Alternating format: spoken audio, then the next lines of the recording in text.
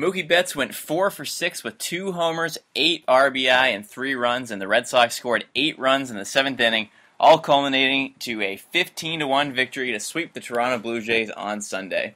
Welcome into the Boston Red Sox newsfeed post-game recap. I'm Jess Thomas reporting for CLNS, a leading online provider of audio-visual coverage for the Boston Red Sox.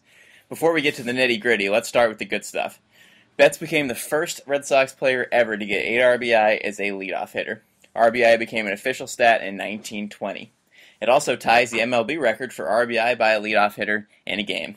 Betts is also the second Red Sox player ever to get at least 8 RBI in multiple games, joining Nomar Garciaparra. Betts now has 15 homers and 51 RBI on the season. Now over to the 8-run 7th inning. The Red Sox set a new season high for hits in an inning with 9. Boston scored 8 runs on 9 hits and 13 batters hit in the frame that was capped off with a 2-run homer by Hanley Ramirez, his 12th of the season. Now to the full game. The 21 hits by the Red Sox is a season high for a 9-inning game this year. 5 Boston hitters had 3 hits or more, as Betts had 4, and Devin Marrero, Tu-Wei Lin, Ramirez, and Jackie Bradley Jr. all had 3 hits. And if all that isn't enough, Dustin Pedroia had 2 hits and 2 walks to reach base 4 times as well. And I'd be remiss to not mention the starter, Drew Pomeranz, who pitched 6 innings, only allowing 5 hits and 1 run with 3 strikeouts. He is now 8-4 on the season and has been rolling for the better part of 5 weeks. And if this all isn't good enough, Boston went 6-1 this week, have currently won 4 games in a row, and stand at a season-high 12 games over 500 at 47-35. This is the first time the Red Sox have swept the Blue Jays since 2011, believe it or not.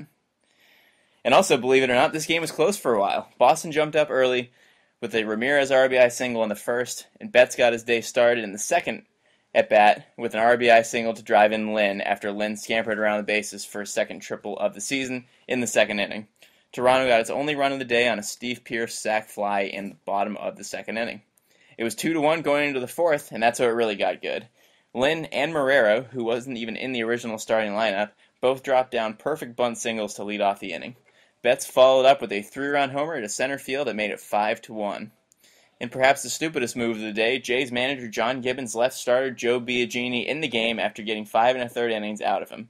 After Marrero singled in the 6th, Gibbons left Biagini in to face Betts, and Betts made him pay once more with a frozen rope line drive 2-run job to left to make it 7-1 Red Sox. Little did we know, after Pomeranz finished his dominant 6-inning effort, Boston offense was just getting started for the 7th inning. Ramirez, JBJ, and Christian Vazquez started off the inning with 3 straight singles off reliever Glenn Sparkman. After a Lin strikeout, Marrero hit a ground rule double over Jose Batista's head in right field to drive in 2 and give him a 3-hit game.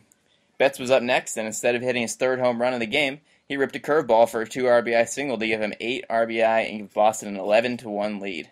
Andrew Benintendi got his first hit of the day with an RBI double to left, and Pedroia hit an RBI ground rule double to left, and that made it 13-1.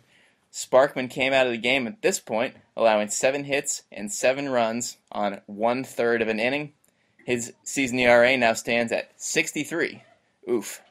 Jeff Beliveau relieved Sparkman, and 2 batters later, Ramirez capped it off with his blast in a 15-1 lead.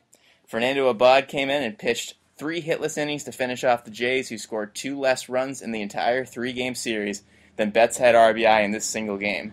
Does that call for another oof? I'd say so. Oof.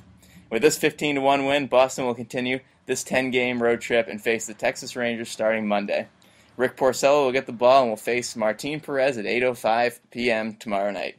In the meantime, please enjoy this one. This has been Jess Thomas for CLNS.